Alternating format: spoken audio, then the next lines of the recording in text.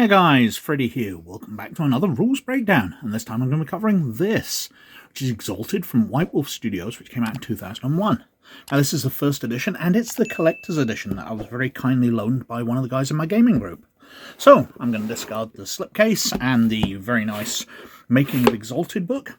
I'll put them to the side, and we're using just the rulebook, which is identical to the other one. It just has a slightly different cover. Now, as usual, I need a sample character to play with. So if we open up, I'm using the very nice little bookmark. And I will be using, we will say, an elite troop. It's nice and readable there. So that's going to be the stock NPC I'll be using for sample dice rolls. But anyway, let's get on to the rules of Exalted.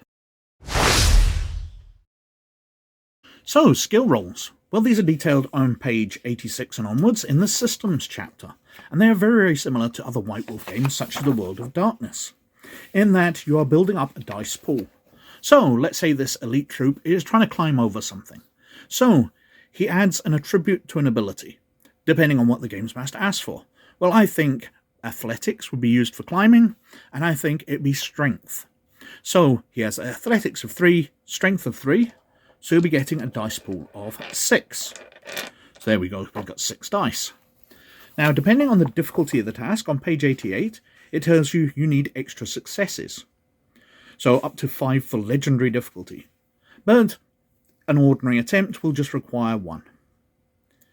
Now, there's also dice pool penalties. Now, these are usually applied rather than the task being difficult, it's a hindrance you have. So things like heavy armor will deduct from dice pools. Wounds will detect from dice pools. And it's that kind of things where it's reducing your ability rather than the task itself being more difficult. We've got the rule of 1, where if you get multiple 1s but no successes, then you botch. So it's not just a failure, something seriously goes wrong. We've got the rule of 10, whereas when you roll a 10, instead of it counting just as a single success, it counts as multiple successes. And successes on your d10s are 7, 8s, 9s, or 10s, with 10s, as I said, counting as 2. We've got automatic successes, we've got extended actions, we've got resisted actions, where 2 people will be rolling against one another, and the person making the attempt to do something will need to get more successes. So somebody sneaking, rolling against somebody trying to spot them, so somebody on guard duty. The person sneaking will need at least 1 more success than the person spotting. Multiple actions, you split your dice pool, but that's mainly combat. Anyway, so we'll go back to this character. He's trying to climb over a wall. We roll our 6 dice. We get an 8, so 2, a 10, which is another 2, so 4 successes. So they have done very, very well. So they will easily climb over the wall. And initiative. Well, it's dealt with in the section on drama on page 226 under stage 1 initiative.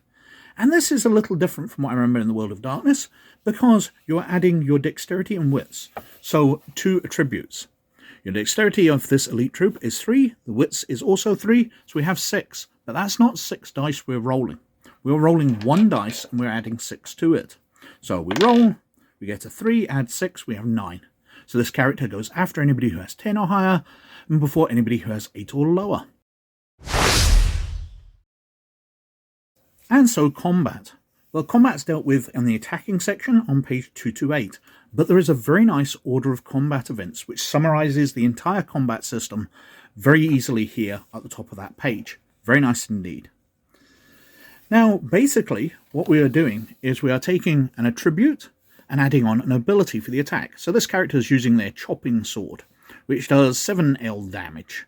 We'll come to that later. But that uses their dexterity, which is 3, and their melee skill, which is 3. So they're going to be rolling 6 dice. Now, they're attacking themselves, and themselves has lamellar armor and a target shield. And we see a target shield here on page 229 has a -1 cover. So we're losing a dice because the person is under cover from their shield. And the opponent also gets to dodge or parry. Now their dodge is dexterity 3 plus dodge 2. Their parry would be dexterity 3 plus melee 3, so 6 dice. So the attacker rolls 5. Let's see if this comes to any success at all. We get 2 10s, so we have 4 successes, so that's pretty good. The opponent dodges.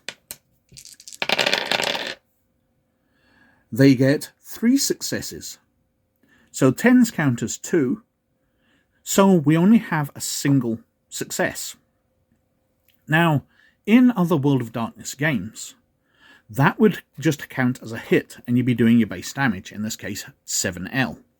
However, that is being dispensed with in Exalted. It does mention in here, note to Storyteller veterans.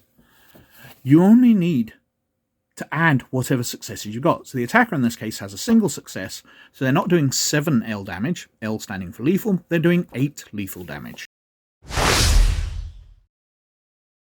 So the characters succeeded on their attack, and now we're coming to damage, which, as we calculated before, is going to be 8 lethal damage.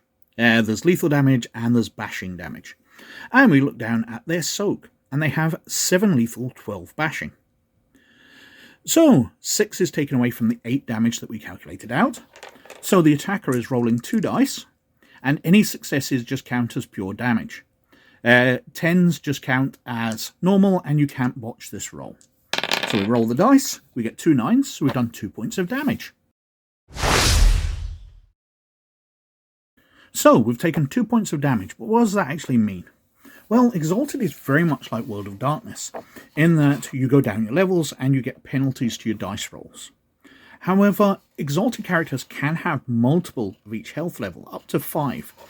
I believe it's an ability trait called Oxbody. But most characters don't, as the elite troop doesn't have, so they will be going to 2 points of damage. They'll be going down to a -1 penalty to all their dice rolls in the future. And as they go on through them, we can see they go to -1, -1, -2, -2, -4, and then they're incapacitated and they're down on the ground. And advancement, well, it's based on experience. You get experience points and then you spend them, much like other World of Darkness games, other White Wolf games.